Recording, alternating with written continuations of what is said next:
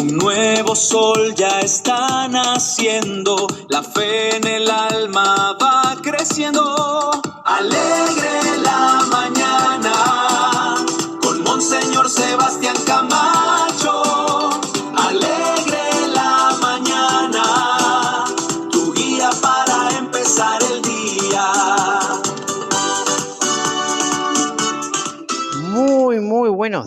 Muy buenos días, queridos amigos y amigas. Qué alegría poder reencontrarnos nuevamente a través de la radio y las distintas redes sociales que nos retransmiten este Alegre la Mañana para comenzar con toda la fuerza, con toda la alegría, con todo el amor y con toda la fe.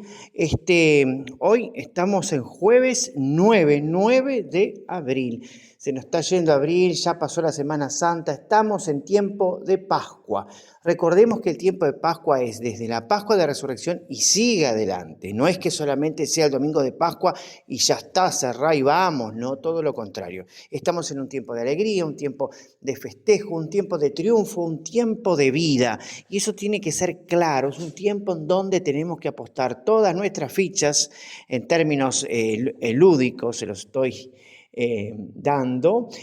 Todas nuestras fichas tenemos que apostarlas por la vida, por resucitar aquellas cosas que han sido muertas por el pecado, destruidas por los flagelos de muerte que hay a nuestro alrededor, en nuestra vida, en nuestras relaciones interpersonales, todo aquello que ha sido arrasado por el mal de una forma u otra, que ha sido inyectado con ese virus de la muerte. Nosotros, con el antídoto de la resurrección, debemos darle vida nuevamente. Debemos traer a la vida aquellas cosas que han sido muertas por el mal, por malos entendidos, por discusiones, por cosas que no tienen sentido, pero hoy mirándolo con los ojos de Dios y desde haber pasado la muerte y haberla vencido en Cristo Jesús a través de la resurrección, podemos reformular nuestra vida. Tenemos que reformular nuestra vida. Tenemos que recrear, volver a crear nuestra vida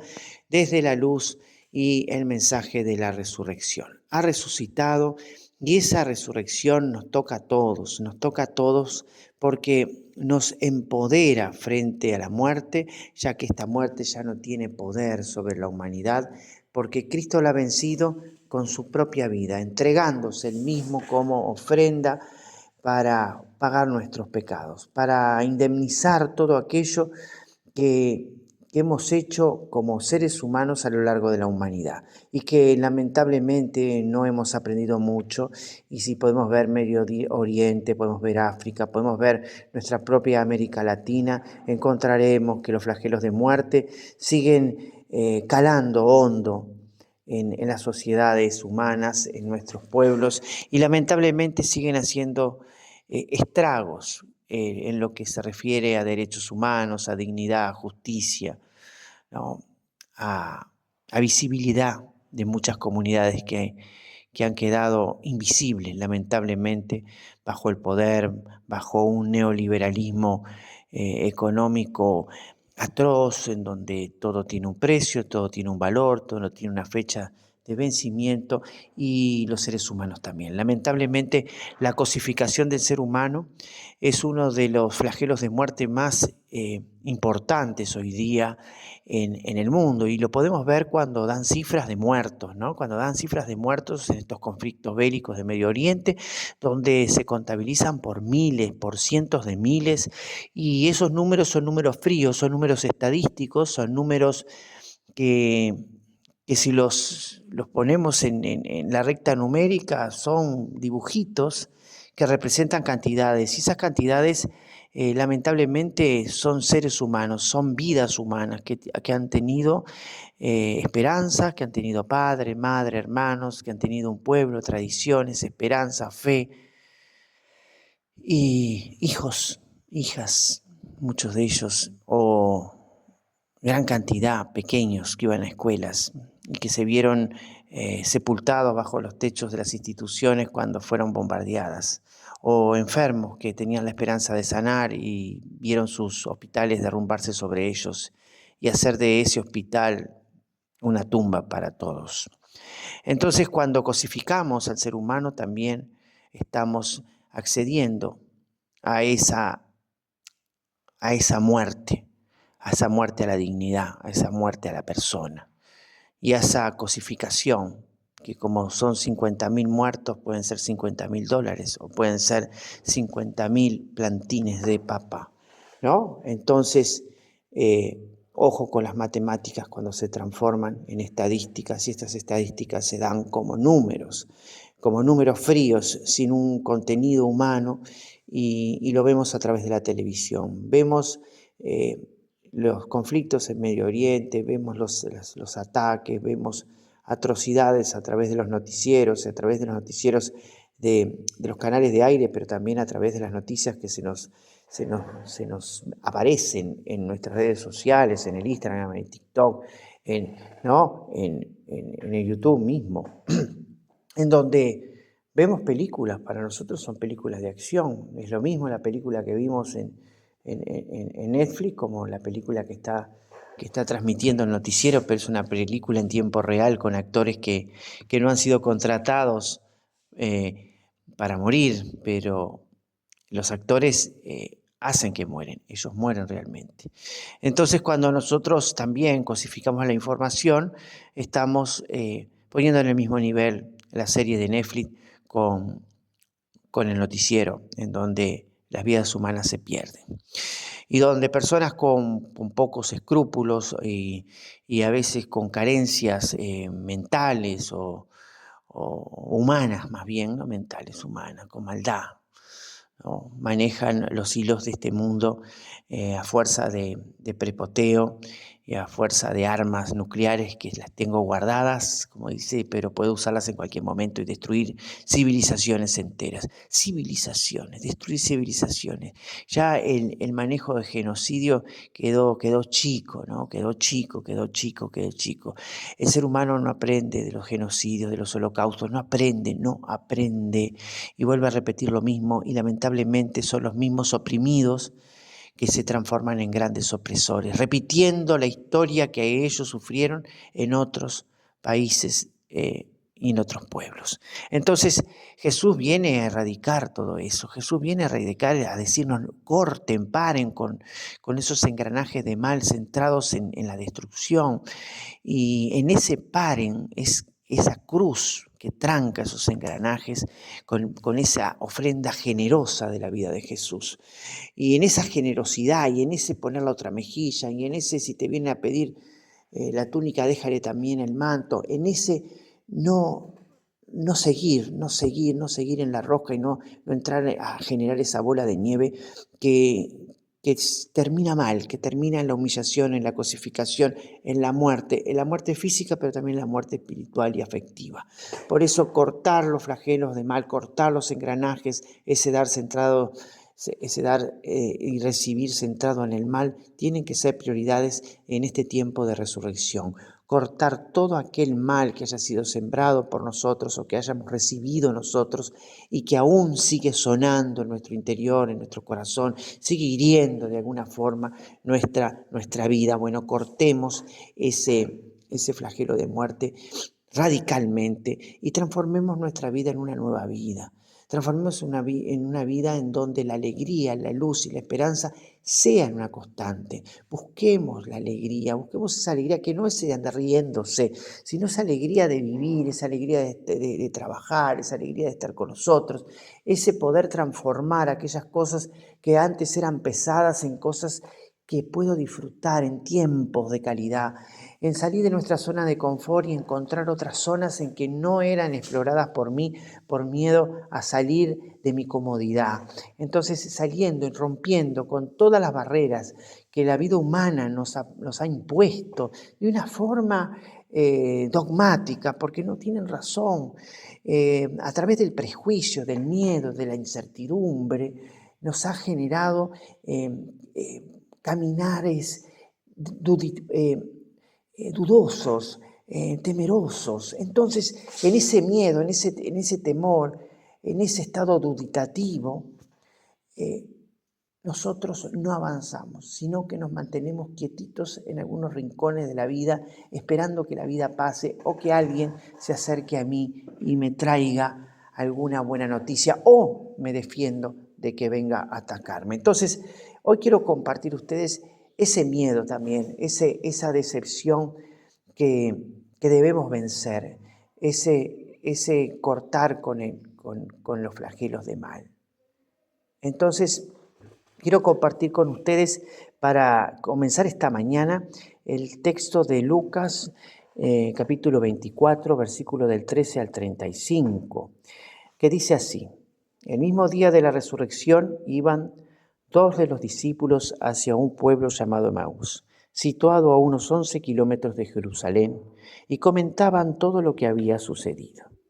Mientras conversaban y discutían, Jesús se les acercó y comenzó a caminar con ellos, pero los ojos de los discípulos estaban velados y no lo reconocieron. Él les preguntó: ¿de qué cosa vienen hablando tan llenos de tristeza? Uno de ellos, llamado Cleofás, le respondió: ¿eres tú el único forastero que no sabe lo que ha sucedido estos días en Jerusalén? Él les respondió: ¿qué cosa?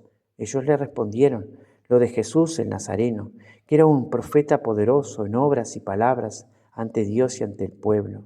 Cómo los sumos sacerdotes y nuestros jefes lo entregaron para que lo condenaran a muerte y lo crucificaron. Nosotros esperábamos que Él sería el libertador de Israel. Y sin embargo, han pasado ya 3 días desde que estas cosas sucedieron. Es cierto que algunas mujeres de nuestro grupo nos han desconcertado, pues fueron de madrugada al sepulcro. No encontraron el cuerpo y llegaron contando que se les habían aparecido unos ángeles, que les dijeron que estaba vivo. Algunos de nuestros compañeros fueron al sepulcro y hallaron todo como habían dicho las mujeres, pero a él no lo vieron. Entonces Jesús les dijo: qué insensatos son ustedes y qué duros de corazón para creer todo lo anunciado por los profetas. ¿Acaso no era necesario que el Mesías padeciera todo esto y así entrara en su gloria? Y comenzando por Moisés y siguiendo con todos los profetas, les explicó todos los pasajes de la Escritura que se referían a él. Y ya cerca del pueblo a donde se dirigían, él hizo como que iba más lejos, pero ellos le insistieron diciéndole: quédate con nosotros, porque ya es tarde y pronto va a oscurecer. Y entró para quedarse con ellos. Cuando estaba en la mesa, tomó un pan, pronunció la bendición, lo partió y se lo dio. Entonces se les abrieron los ojos y lo reconocieron, pero él se les desapareció. Y ellos se decían el uno a otro: con razón nuestros corazones ardían mientras nos hablaba por el camino y nos explicaba las Escrituras. Se levantaron inmediatamente y regresaron a Jerusalén, donde encontraron reunidos a los 11 con sus compañeros, los cuales les dijeron: de veras ha resucitado el Señor, y se le ha aparecido a Simón.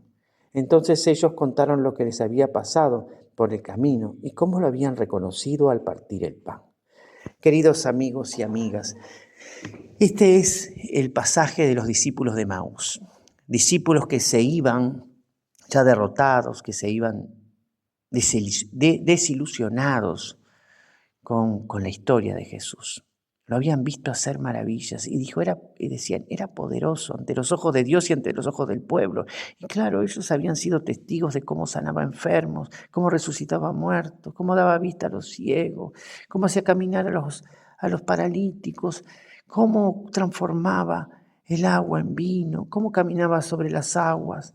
Y todo eso que habían visto y de lo cual eran testigos había quedado sepultado en un sepulcro luego de haber sufrido la peor de las muertes en humillación, tortura, denigración delante de todo el pueblo que acudía a Jerusalén por las Pascuas. Y ahí, a la entrada de Jerusalén, en un montecito, en una elevación llamada Gólgota, estaba en el Calvario Jesús, el gran profeta, poderoso ante los ojos de Dios y ante los ojos de los hombres, como dicen estos discípulos, se lo contaban a él mismo.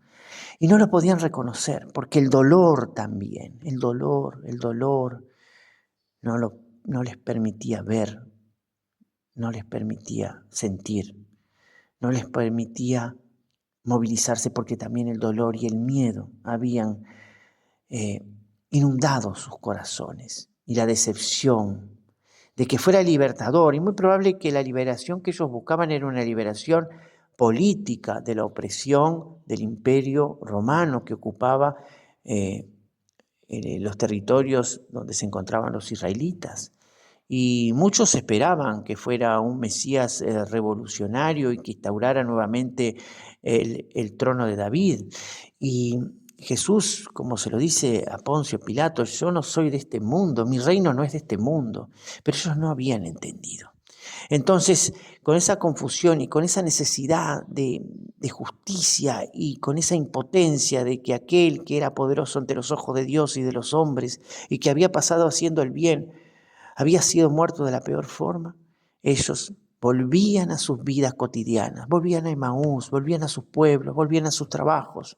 Y lo vamos a encontrar en alguna de las escrituras cuando Jesús se acerca y los discípulos ya están pescando, volvieron a sus barcas, volvieron a sus vidas. Pero Jesús vuelve a buscarlos, Jesús vuelve a llamarlos, vuelve a ir al encuentro de ellos, transfigurado, transformado, resucitado. Y se manifiesta a través de la fracción del pan. Lo reconocen al cortar el pan. Lo reconocieron cuando dio la bendición y partió el pan. Se dieron cuenta que era Él y cuando se dieron cuenta ya no estaba. Empezamos a ver un Jesús que se aparece y desaparece. Un Jesús que tiene una movilidad también especial, maravillosamente poderosa, ¿no? Maravillosamente extraordinaria luego de la resurrección.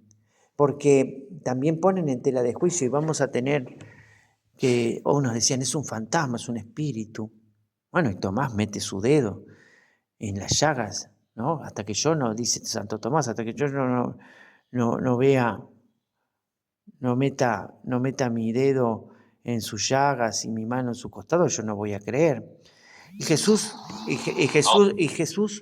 come con ellos. Jesús cena con ellos. Van a haber varias instancias en que Jesús aparece a puerta cerrada y come. Es decir, tiene materia, ¿no? Se materializa. Y lo vamos a ver de que en algunos casos no lo conocen, como en este caso de los discípulos de Emaús, y luego Él se revela.